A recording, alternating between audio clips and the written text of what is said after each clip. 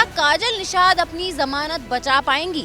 ये सवाल अचानक यूपी की फिजाओं में इसलिए है क्योंकि गोरखपुर से जो पता चला है उसके बाद आपके जहन में भी ये सवाल जरूर आएगा और इसे जानने के बाद अखिलेश यादव और खुद काजल निषाद भी टेंशन में आ जाएंगे।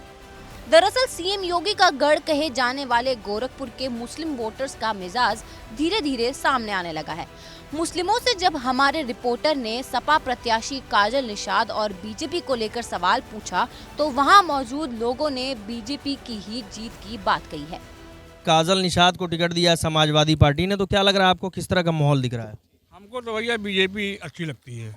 बीजेपी की सरकार बहुत बढ़िया है, वो बीजेपी ही की सरकार आएगी और बीजेपी ही देगी, मतलब सम्मान करती है और बहुत अच्छा, मतलब उसको सड़क है, पुल है, सब बनवाती है। बीजेपी की राज में बहुत बढ़िया हुआ है।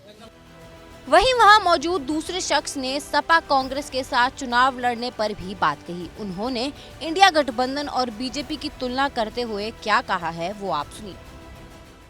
आपको लगता है कि इंडिया गठबंधन मजबूत स्थिति में है? मजबूत स्थिति में नहीं है, लेकिन हो सकता है कि मजबूत हो जाए, लेकिन अभी तो उम्मीद नहीं है। बीजेपी के आगे कोई जाए होगा नहीं। हाँ, बीजेपी ही जीतेगी। तो अब सवाल है कि क्या गोरखपुर के मुस्लिम भी नहीं चाहते हैं कि सपा प्रत्याशी काजल निषाद को लोकसभा चुनाव में जीत मिले?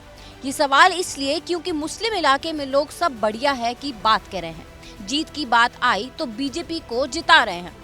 बीजेपी तीसरी बार केंद्र की सत्ता में न आ सके, इसके लिए इंडिया गठबंधन बना है।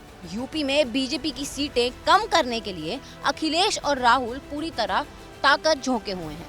लेकिन गोरखपुर के मुस्लिम इलाके से जो सामने आया है उसे सुनकर यकीनन अखिलेश को तो झटका लगेगा ही, साथ ही गठबंधन में शामिल कांग्रेसी नेता भी हैरान हो जाएंगे।